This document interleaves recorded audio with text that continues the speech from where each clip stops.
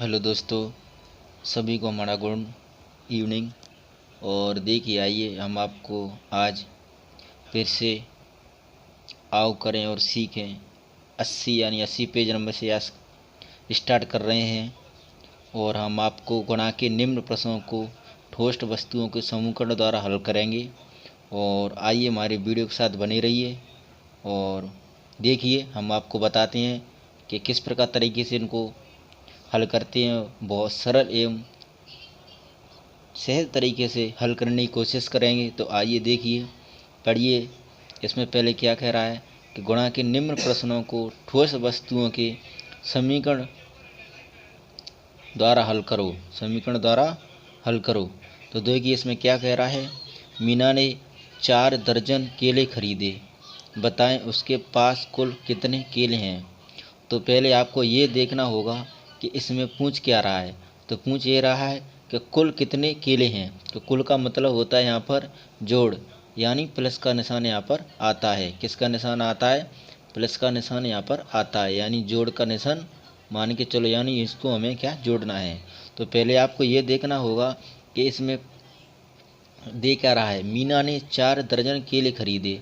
तो आपको पहले ये भी नहीं मालूम होगा कि दर्जन किससे कहते हैं। दर्जन का मतलब होता है एक दर्जन में चाहे केले हो चाहे कुछ भी चीज़ रख लो, उसमें हमेशा 12 ही चीज़ आती हैं। यानी एक दर्जन में 12 चीज़ निकलेंगी। जैसे पेंसिल ले लो तो एक दर्जन में 12 ही पेंसिल निकलेंगी। तो इसमें देख आ रहा है कि मीना ने 4 दर्जन केले खरीदे, बताएं उसके पास कुल कितने केले हैं। तो आपको ये दिखाना है कि एक दर्जन का मूल्य कितना है, फिर उसके बाद 4 दर्जनों का मूल्य कितना है। तो आपको ऐसे लिखना है कि एक दर्जन का मूल्य आपके पास कितना दिया हुआ है। मीना ने 4 दर्जन केले खरीदे, तो पता है उसके पास कुल कितने केले हैं।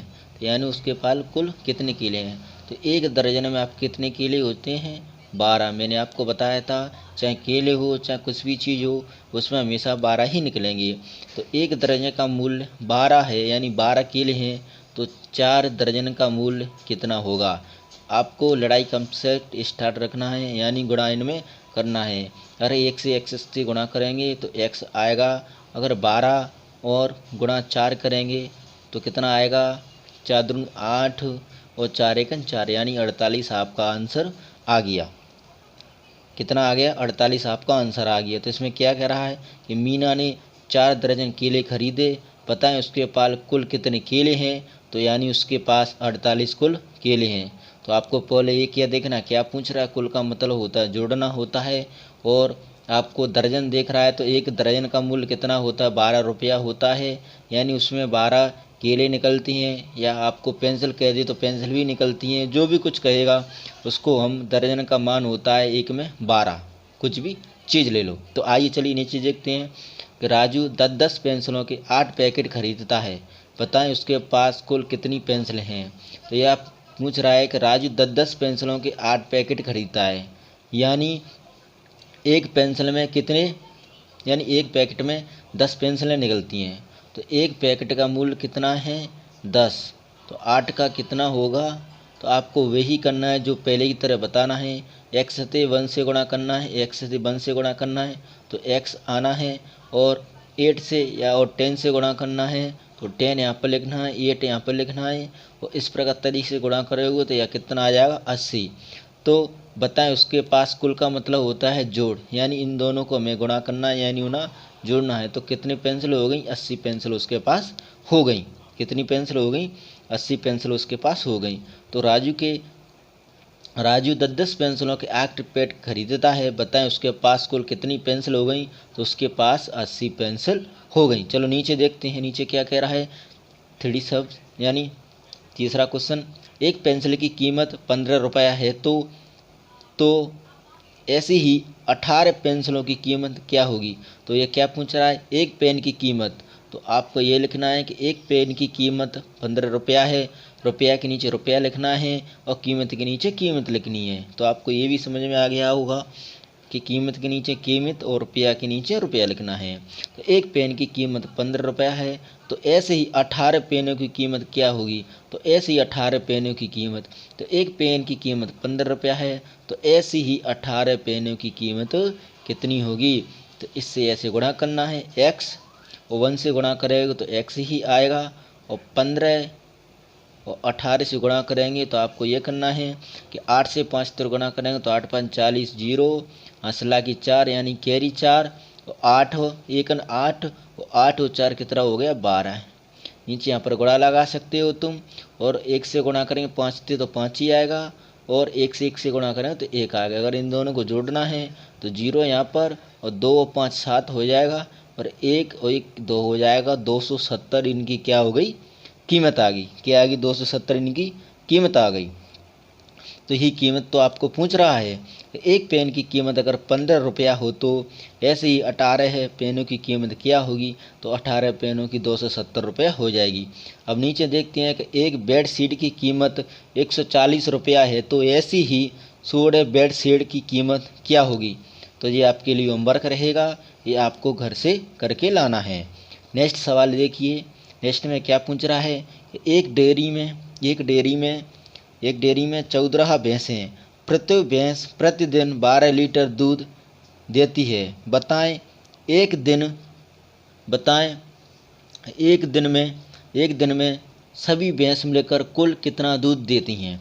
तो आपको ये देखना है पहले कि सवाल को सही तरीक़ा से पढ़ना है और समझना है कि ये पूछ क्या रहा है। तो आइए चलिए दोबारा पढ़ते हैं कि एक डेयरी में 14 भैंस हैं, प्रत्येक भैंस प्रतिदिन 12 लीटर दूध देती है। तो प्रतिदिन का मतलब होता है रोजाना, यानी एक दिन में 12 लीटर दूध देती है। तो बताएं एक दिन में सभी भैंस मिलाकर कुल कितना दूध देगी। तो यहाँ पर दे रहा है तो एक भैंस का दूध हो गया 12 लीटर, एक भैंस का दूध हो गया 12 लीटर। वो कितने दिन में, एक दिन में।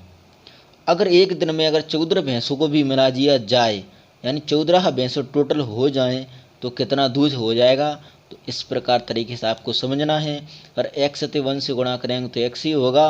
अगर 12 गुणा 14 करेंगे तो आपको हाल ही बताया कि 4 से 2 से गुणा करेंगे तो 8, और 4 से 1 से गुणा करेंगे तो 4, यहाँ पर गुणा लगाना पड़ता है। 1 से 2 से करेंगे तो 2, और 1 से करेंगे तो 1, जिसको यहाँ पर जोड़ना है। वो 8 की 8 लिखना है, और 4 2 6 लिखना है, और 1 की 1 लिखना है। तो यहाँ पर कितना दूध हो जाएगा, 168 दूध देती हैं 14 भैंसें एक दिन में 12 लीटर दूध के हिसाब से। तो इस प्रकार तरीके से मैं कोशिश करता हूँ समझाने की कि आपको अच्छी प्रकार से समझ में आ गया होगा। और आगे चलिए हम 2 एक सवाल और आपको कराते हैं ऐसे ही। और देखिए, तो अगर हमारा वीडियो आपको पसंद आ रहा हो तो लाइक करें, शेयर करें और सब्सक्राइब करना ना भूलें। आइए, एक पेन की कीमत 5 रुपया है, यानी एक पेन की कीमत 5 रुपया है। मोहन द्वारा खरीदी गई पेनों की कीमत भी 5 रुपया है। तो आपको पूछ रहा है कि अगर एक पेन की कीमत आपको 5 रुपया बता रहा है, तो एक पेन की कीमत आपको 5 रुपया है बता रहा है, तो मैंने पहले भी कहा था कि पेन के नीचे पेन लिखना है, रुपये के नीचे रुपया लिखना है, वस्तु के नीचे वस्तु लिखनी है, केले के नीचे केले लिखने हैं। तो एक पेन की कीमत 5 रुपया है, तो मोहन द्वारा खरीदे गए पेनों की कीमत की संख्या 5 है। तो एक पेन की कीमत 5 रुपया है, तो मोहन द्वारा खरीदी गई पेनों की संख्या भी कितनी है, 5 है। तो यहाँ पर 5 लिखना है, यहाँ पर x लिखना है। x 1 से गुणा करेंगे तो 1, अगर 5 से 5 गुणा करेंगे तो 25 हो जाएगा, यानी 5 के पेनों की कीमत 25 रुपया है। आइए चलिए नेक्स्ट देखते हैं, इसको आपको होमवर्क में दे दिया है। और आइए तीसरा सवाल हम देखते हैं। तीसरे सवाल में क्या कह रहा है जी, 1 मीटर कपड़े का मूल्य 45 रुपया है। 1 मीटर कपड़े का मूल्य 45 रुपया है। खरीदे गए कपड़े की माप 12 मीटर है। तो आइए, 1 मीटर कपड़े का मूल्य 45 रुपया है। 1 मीटर कपड़े का मूल्य 45 रुपया है। तो 1 मीटर कपड़े का मूल्य आपको 45 रुपया दे दिया। और मुझ कह रहा है खरीदे गए कपड़े की माप, यानी एक माप में तो 45 था, तो 12 माप में कितना होगा, आपको ये पूछ रहा है इस सवाल में। तो आपको समझ में आ गया होगा। मैं कोशिश करता हूँ कि 1 मीटर कपड़े का मूल्य 45 रुपया है, तो 1 मीटर कपड़े का मूल्य 45 रुपया दे दिया। अगर आप फिर से दोबारा 12 मीटर कपड़ा लाए तो 1 मीटर का इतना तो 12 का कितना, तो इस प्रकार यहाँ पर x लिख सकते हो। x से 1 से गुणा करेंगे तो x हो जाएगा। अगर 45 गुणा 12 का करना पड़ेगा आपको, तो 2 से 5 से गुणा करेंगे तो 10, 1 की कैरी, 2 से 4 से करेंगे 8, 1 कैरी तो 9, यहाँ पर गुणा लगा दी। 1 से 5 से करेंगे तो 5 और 4 से 1 करेंगे तो 4, तो जोड़ना है इनको। तो 0 और 9 और 5 14, 1 कैरी 3 4 1 5। तो आपको कितना मीटर कपड़ा चाहिए? 540 मीटर कपड़ा चाहिए। तो आइए दोस्तों, आपको मैं फिर से 5वां और 6ठा सवाल आपको मैं होमवर्क के लिए देता हूँ, और आज के लिए मैं इतना ही रखता हूँ। तो आइए चलिए, अगर हमारा चैनल आपको या हमारा पढ़ाना अच्छा लग रहा है तो हमारे चैनल को लाइक करें और सब्सक्राइब करना ना भूलें। और मैं आशा करता हूँ कि ये सोच रहे हो कि हम गणित नहीं पूरा करा पाएंगे, तो आपको हम ये विश्वास दिलाते हैं कि आप हमारे साथ रोज़ाना जुड़िए। उसी प्रकार से आपको हमको रोज़ाना लाइव वीडियो दिखाते हैं, तो देखते रहिए और बने रहिए। सभी को धन्यवाद, थैंक यू।